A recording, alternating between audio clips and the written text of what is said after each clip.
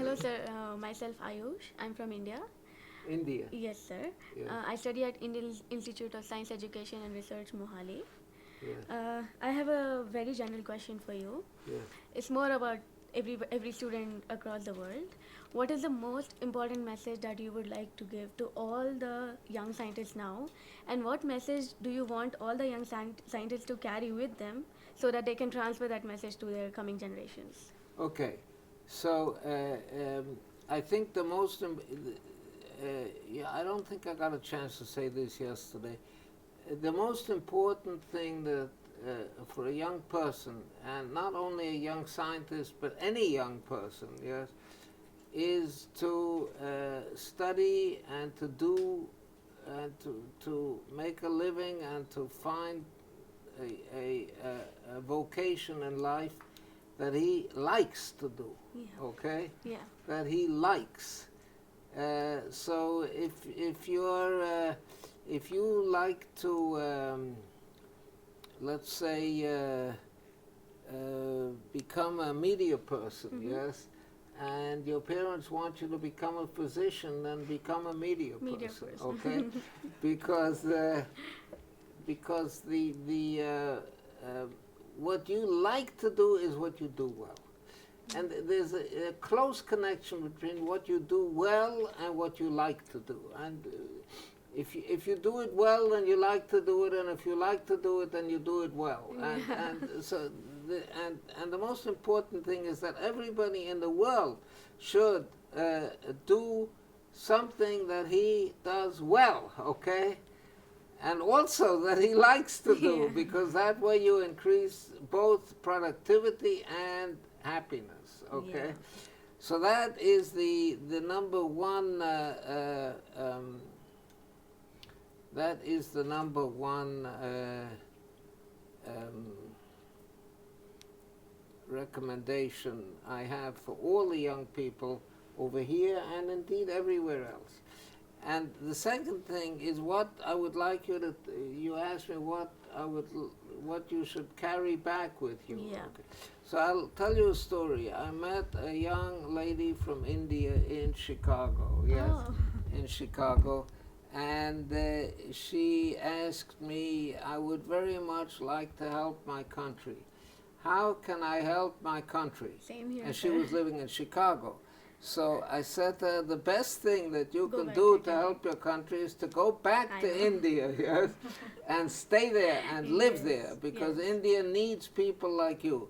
They don't need help from the outside, they need help from the inside. Yes. And every country needs help from the inside. So I would say to you, go back to India, and every person in the world should go back to his own country and his own environment and the place that he feels at home in. And those are the two answers to your questions. Okay. Thank you so much, sir. I'm Okay. really grateful to you. Okay. My name is Brahadish, sir. I am also from India. Yes. It's a great honor to meet you, Prof. Aumann.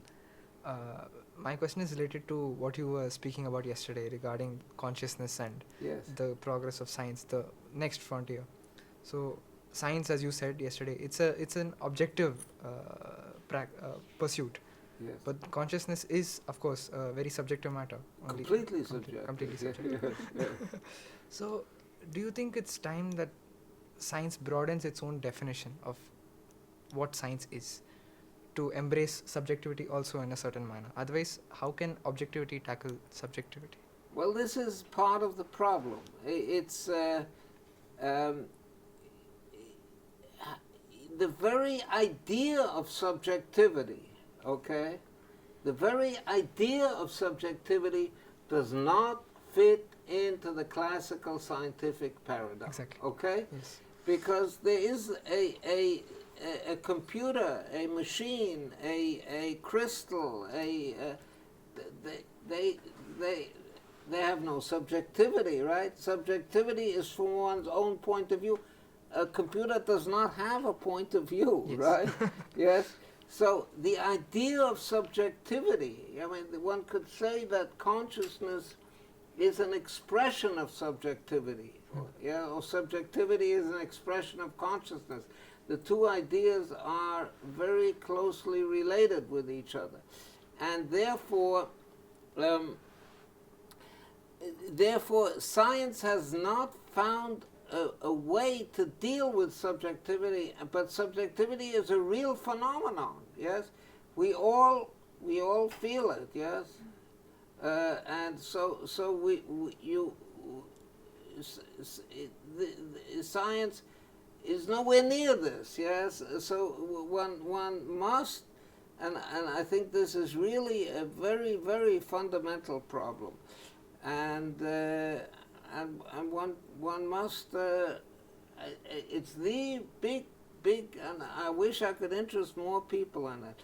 Still, I said yesterday that somehow this problem was considered taboo in scientific circles until 1979, when Francis Crick published his clarion call for understanding consciousness in Scientific American in 1979. I think to some extent it's people still don't very much like to deal with it because it seems so unapproachable, yes. But it is very, very important, I think. Very important to understand it scientifically, really scientifically. Okay. My question is a bit related because it's so what do you think about religion and science? Can we reconcile both, and why and how can we reconcile both? Okay. You said something very interesting. First of all, you ask about religion and science, and I will respond to that very in detail. Okay. But you said also something that your question is somewhat related to the previous question about consciousness. And the whole point is that it's not related, okay? Okay. It's not related, and I don't want to relate them. I do not want to relate them. I want a purely scientific explanation of subjectivity and consciousness, of the how. That is what I'm looking for. And I do not want to relate it to religion. You could relate it to religion, but you can relate anything to religion, but you can relate a lot of things to religion. But I would want a non-religious. Yeah, you could say, you could say. There's a verse in the Bible, I'll say it in Hebrew first so that I remember the words.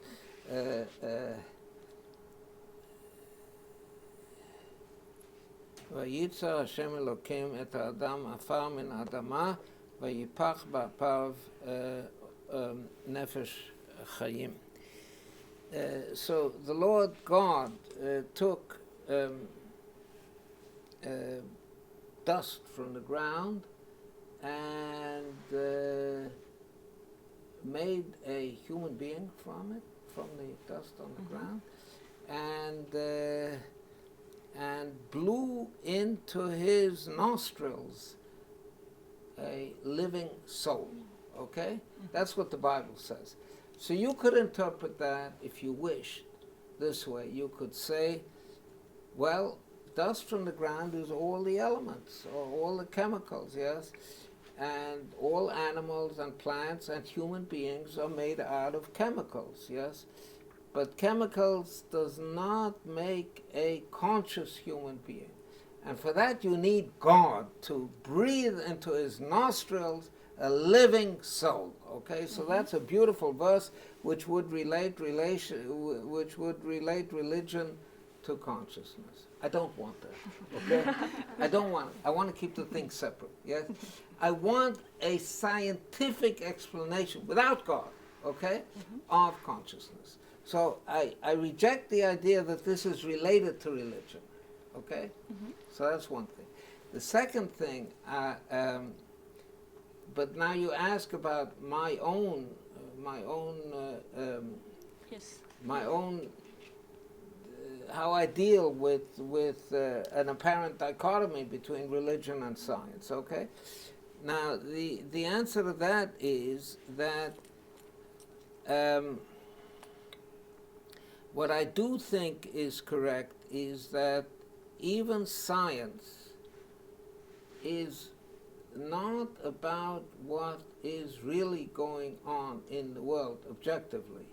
It is how we see the world, how human beings see the world, okay?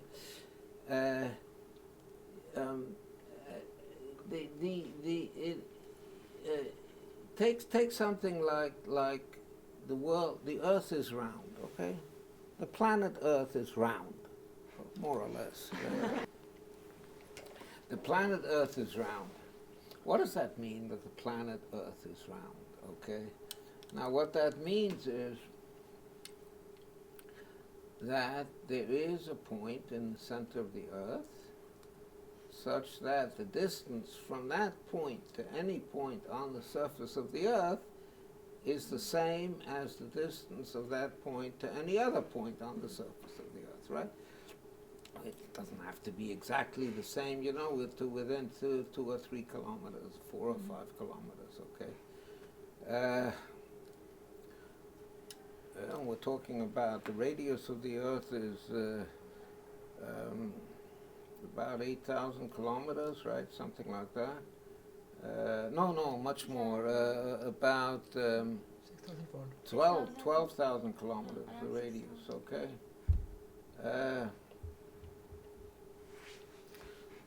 So, given 2 or 3 kilometers, or 4 kilometers, doesn't matter. It's about the same, okay? That's what it means for.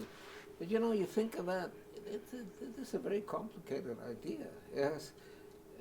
We think of something round because we have an image of something round in our minds, like an apple is round, or a ball is round, or something like that. But you know, the Earth is not at all like that. It's a lot bigger, yes? And this idea of roundness, this mathematical definition of roundness is something pretty complex. But you know, even that is not the end of it, because we're talking about distances. So what is a distance? Even the idea of distance is a complex idea. As you take 2 points here, the distance between these 2 points is the same as the distance between these 2 points. What does that mean? It means you take a ruler, you put between those 2 points, and you compare it to a ruler between those 2 points. But you can't take a ruler from the middle of the Earth and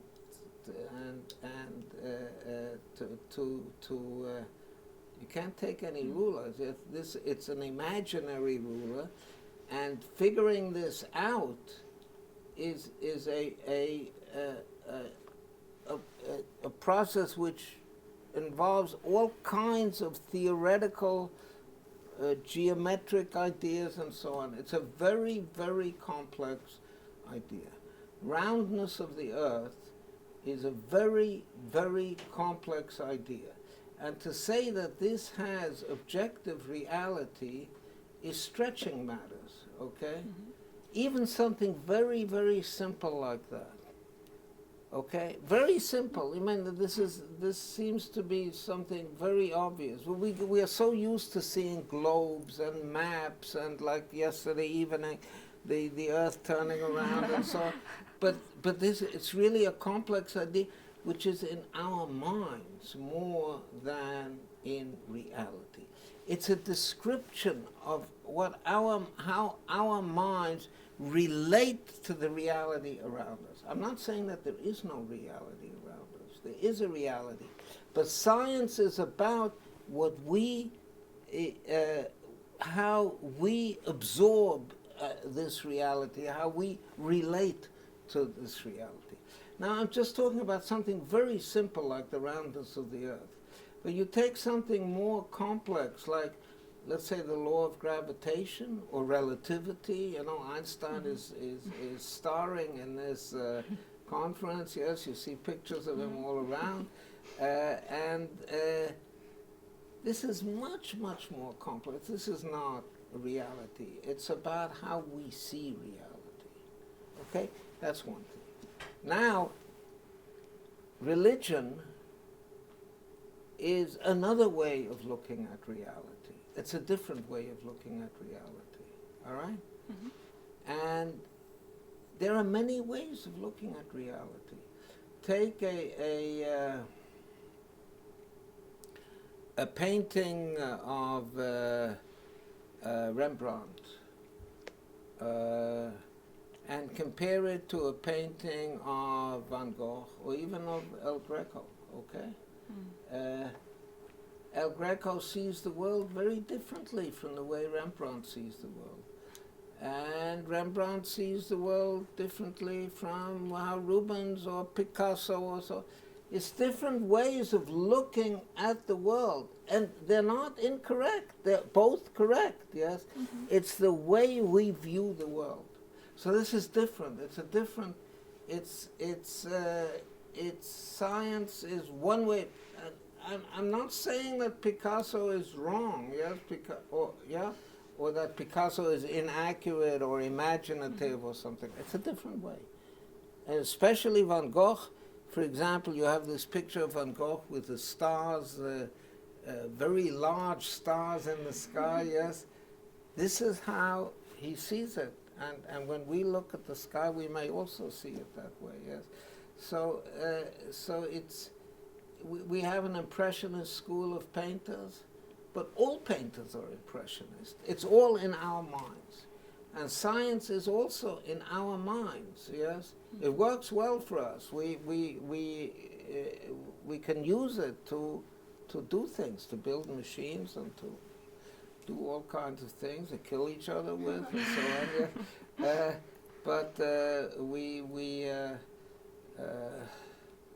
on. So I'm saying these are different ways of looking at the world, and I don't see a problem with it. But when I ask for consciousness, I want to look at it scientifically. Okay?